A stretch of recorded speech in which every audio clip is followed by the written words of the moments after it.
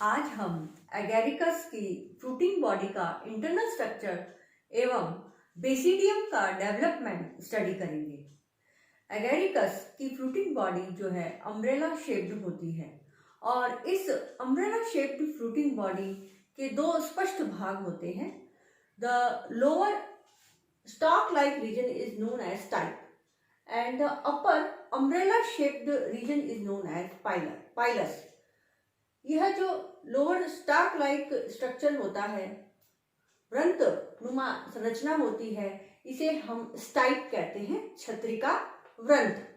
जबकि ऊपरी भाग जो अम्ब्रेला के आकार का होता है, इस भाग को हम पाइलस कहते हैं, छत्र कहते हैं। स्टाइप जो है थिक होता है, यह मासल होता है, मैसिव होता है एवं यह स्टाइप सिलेंड्रिकल आकार का, सिलेंडर इन शेप का होता है। इस स्टाइप का डिस्टल एंड आउटवर्डली ग्रो करके पाइलस का निर्माण करता है। आमतौर पर साधारणतः ये जो स्टाइप होता है, छत्रिका वृंत होता है, यह 5 से 10 सेंटीमीटर लंबा होता है, जबकि पाइलस जो है इसका डायामीटर 5 से 12 सेंटीमीटर होता है। स्टाइप का कलर साधारणतः यह पिंक, लाइट पिंक अथवा व्हाइट और येलोइश कलर के होते हैं, जबकि पाइलस हल्के भूरे रंग का, लाइट ब्राउन कलर और समटाइम इट इज येलोइश और व्हाइट इन कलर। पाइलस के जो लोअर सरफेस है, अंडर सरफेस, निचली सतह, इस अंडर सरफेस पे गिल्स उपस्थित होती हैं। यह गिल्स जो है 300 से 600 की संख्या में उपस्थित होती हैं और गिल्स ठीक उसी तरह अरेंज होती हैं जैसे कि साइकिल के पहिए में ताड़ियां अरेंज होती हैं। ठीक इसी तरह यह गिल्स इस पाइलस रीजन के अंडर सरफेस पे अटैच होती हैं।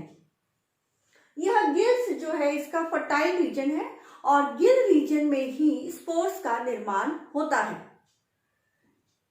अगर हम इस स्टाइप को, छत्रिका वृंत का टीएस लें, ट्रांसवर्स सेक्शन लें, तो हम देखेंगे कि इसके ट्रांसवर्स सेक्शन में हाइफी जो है बहुत ही खास तरह से अरेंज्ड होती हैं।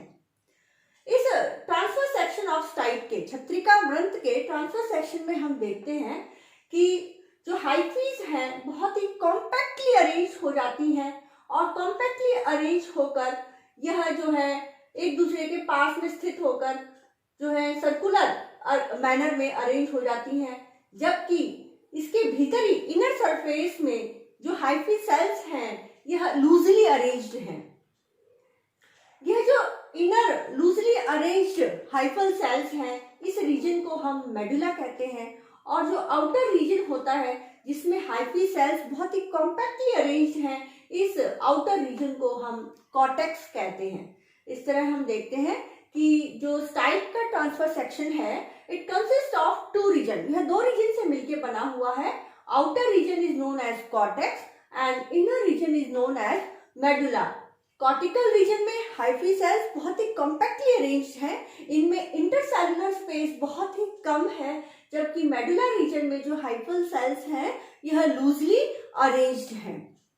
हमने कल यह भी देखा था कि जो एगेरिकस की जो फ्रूटिंग बॉडी है बेसिडियोकार, यह सेकेंडरी डाइकैरोटिक माइसीलियम से ही बनती है।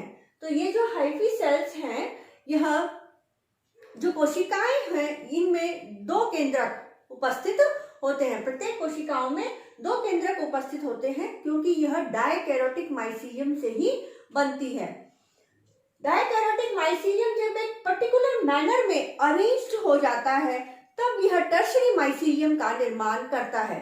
तो जो इसकी फ्रूटिंग बॉडी है, यही इसका टर्शरी माइसीलियम है, क्योंकि इसमें डाइकैरोटिक माइसीलियम एक बहुत ही व्यवस्थित ढंग से अरेंज हो गया है। इसे ही हम टर्शरी माइसीलियम कहते हैं। लेकिन टर्शरी माइसीलियम की प्रत्येक कोशिका में 2 न्यूक्लियस उपस्थित होते हैं।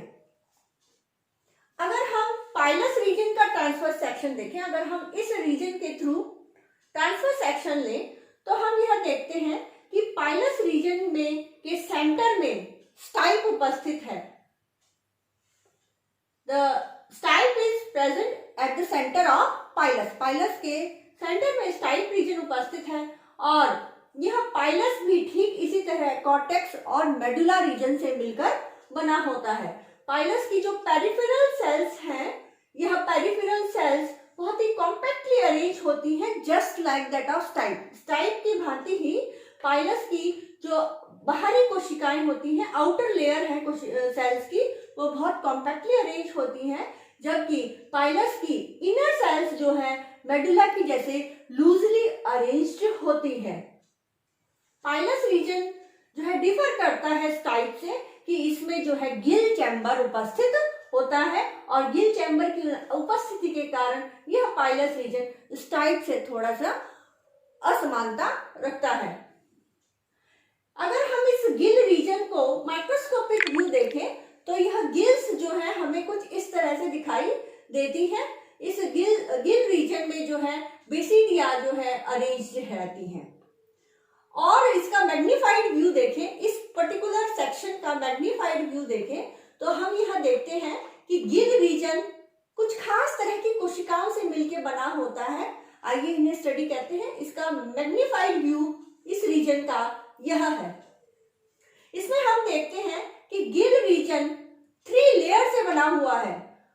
The inner most layer is trama. Gill region की इनर मोस्ट लेयर होती है, उसे हम ट्रेमा कहते हैं।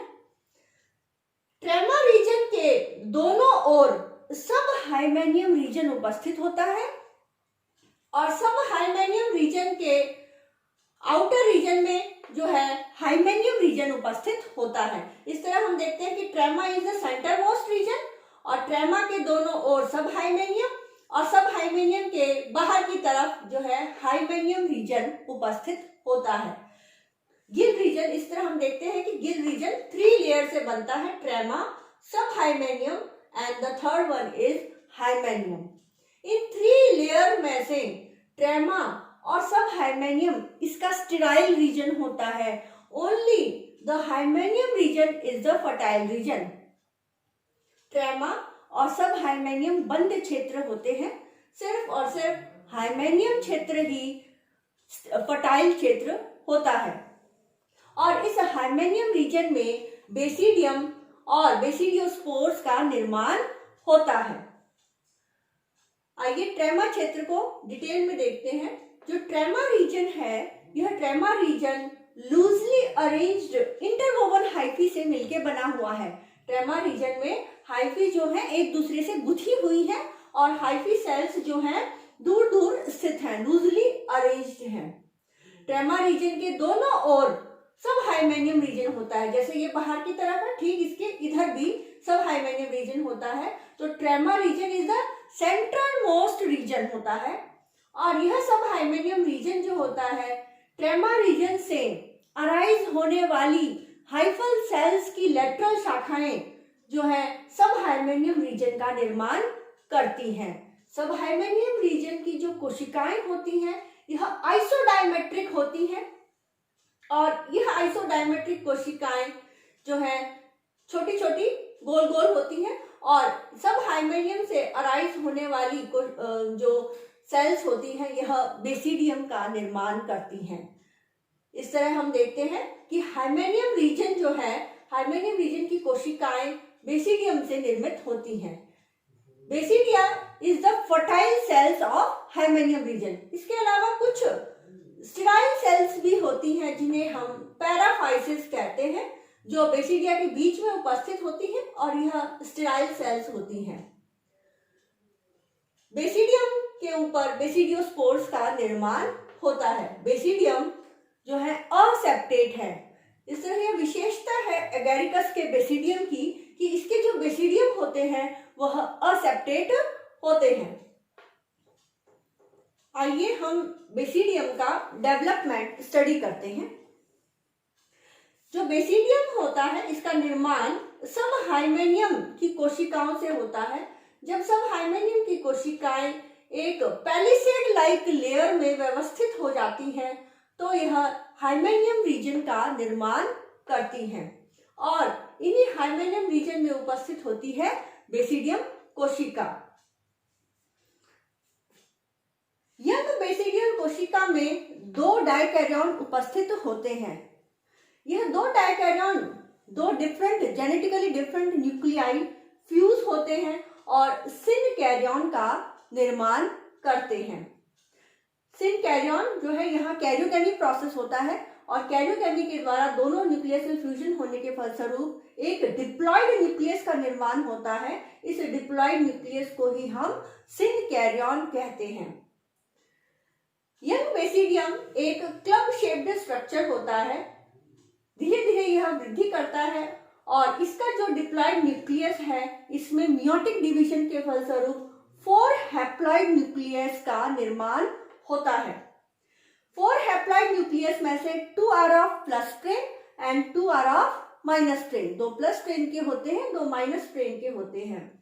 जैसे ही इस डिप्लॉयड न्यूक्लियस में मियोटिक डिवीजन होता है और 4 हैप्लॉइड न्यूक्लियस का निर्माण होता है, ठीक उसी समय इस बेसिडियम, यंग बेसिडियम के टिप पर स्टेरिगमेटा पैग लाइक स्ट्रक्चर का निर्माण होता है। यह पैगमा संरचनाएं, पैग लाइक स्ट्रक्चर जो होती हैं, इन्हें हम स्टेरिगमेटा कहते हैं और यह स्टेरिगमेटा, इनकी संख्या 4 होती है और यह बेसिडियम के डिस्टल एंड पर बनते हैं।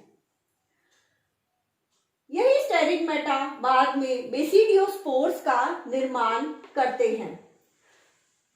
एक बेसिडियम पर 4 बेसिडियोस्पोर्स का निर्माण होता है और 4 बेसिडियोस्पोर्स में से 2 बेसिडियोस्पोर प्लस स्ट्रेन के होते हैं और 2 माइनस स्ट्रेन के बेसिडियोस्पोर्स होते हैं।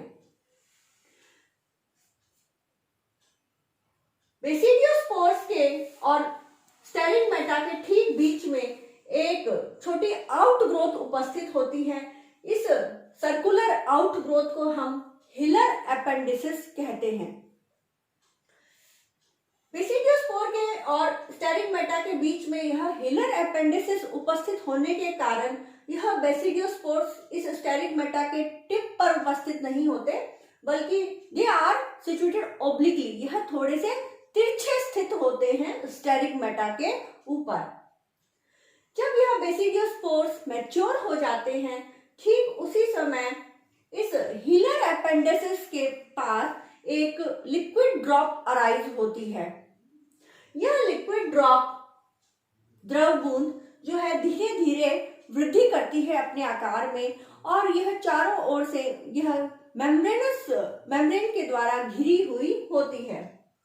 यह लिक्विड ड्रॉप धीरे धीरे वृद्धि करती है और अब यह बेसिडियोस्पोर स्टेरिगमेटा पर स्थित ना होकर उस लिक्विड ड्रॉप पर स्थित हो जाता है।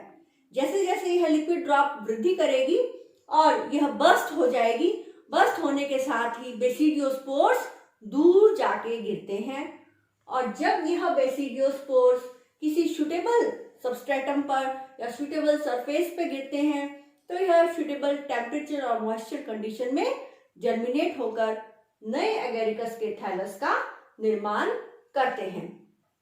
तो इस तरह हमने देखा कि बेसिडियोस्पोर्स का जो डिस्पर्जल है, यह एक खास मैकेनिज्म के द्वारा होता है जिसे हम लिक्विड ड्रॉप मेथड कहते हैं और इस मेथड के द्वारा द्रव बूंद विधि, लिक्विड ड्रॉप मेथड के द्वारा जो है बेसिडियोस्पोर्स का डिस्पर्जल होता है।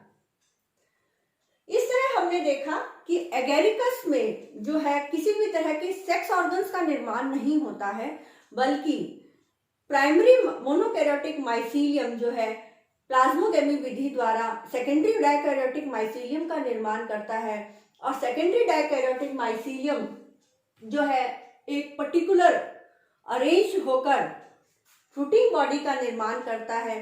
इसी फ्रूटिंग बॉडी में जब सेकेंडरी डाइकैरियोटिक माइसीलियम सुव्यवस्थित ढंग से अरेंज होता है, तो फ्रूटिंग बॉडी को ही हम इसका टर्शरी माइसीलियम कहते हैं। और इस फ्रूटिंग बॉडी में उपस्थित गिल रीजन में बेसिडियम एवं बेसिडियोस्पोर्स का निर्माण होता है। प्लाज्मोगेमी विधि द्वारा 2 अपोजिट स्ट्रेन के न्यूक्लियस एक ही कोशिका में, एक ही सेल में उपस्थित हो जाते हैं और डाइकैरियन कोशिका का निर्माण होता है। और यह डाइकैरियन कोशिका सेकेंडरी डाइकैरोटिक माइसीलियम का निर्माण करती है। तो यह जो बेसिडियम बन रहे हैं इनमें 2 न्यूक्लियस उपस्थित हैं। अब इस बेसिडियम में कैरियोगेमी विधि द्वारा डिप्लॉइड न्यूक्लियस का निर्माण होता है और डिप्लॉइड न्यूक्लियस में मियोसिस के फलस्वरूप 4 हैप्लॉइड न्यूक्लियस का निर्माण होता है। तो हम यहाँ देखते हैं कि एगेरिकस में किसी भी तरह के सेक्स ऑर्गन्स का निर्माण नहीं हो रहा है। Sexual reproduction consist of 3 steps. Sexual reproduction 3 steps के द्वारा संपन्न हो रहा है। पहला है प्लाज्मोगेमी, सेकंड है karyogamy and the third step is meiosis.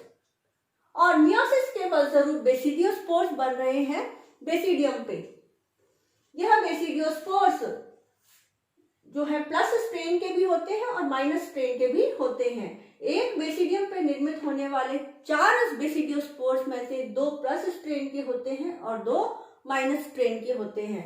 जब यह हैप्लॉइड बेसिडियोस्पोर्स जर्मिनेट करते हैं तो जर्मिनेट करके यह प्राइमरी मोनोकैरियोटिक माइसीलियम का निर्माण करते हैं। यह बेसिडियोस्पोर जर्मिनेट होकर प्राथमिक कवक जाल का निर्माण करते हैं जो एक केंद्र की होता है। इस तरह पुनः हमें प्राथमिक कवक जाल प्राइमरी माइसीलियम की प्राप्ति होती है। जो शुरुआत हमने प्राइमरी माइसीलियम से की थी तो हमने यहाँ जो है वापस बेसिडियोस्पोर्स के जर्मिनेशन पे हमें प्राइमरी माइसीलियम की प्राप्ति हो जाती है। इस तरह एगेरिकस की लाइफ साइकिल भी कंप्लीट होती है। प्राइमरी माइसीलियम सेकेंडरी माइसीलियम का निर्माण करता है। Secondary mycelium fruiting body basidiocarp का निर्माण करता है और बेसिडियोकार्प में बेसिडियम का निर्माण होता है गिल रीजन में और बेसिडियम बेसिडियोस्पोर्स का निर्माण करता है और बेसिडियोस्पोर्स जर्मिनेट होकर अगेन प्राइमरी माइसीलियम का निर्माण करते हैं।